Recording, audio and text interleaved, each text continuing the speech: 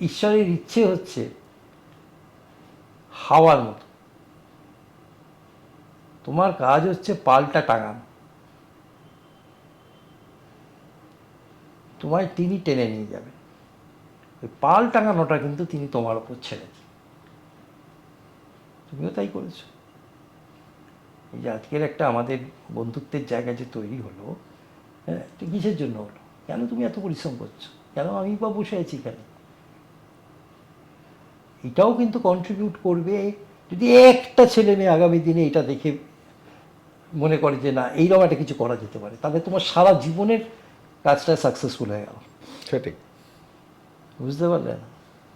ওই ব্যাংকের টাকা একমাত্র সঞ্চয় নয়, একমাত্র সম্পত্তি নয়। সম্পত্তি আর সম্পদের মধ্যে যে তফাৎ, সেটা বুঝতে হবে।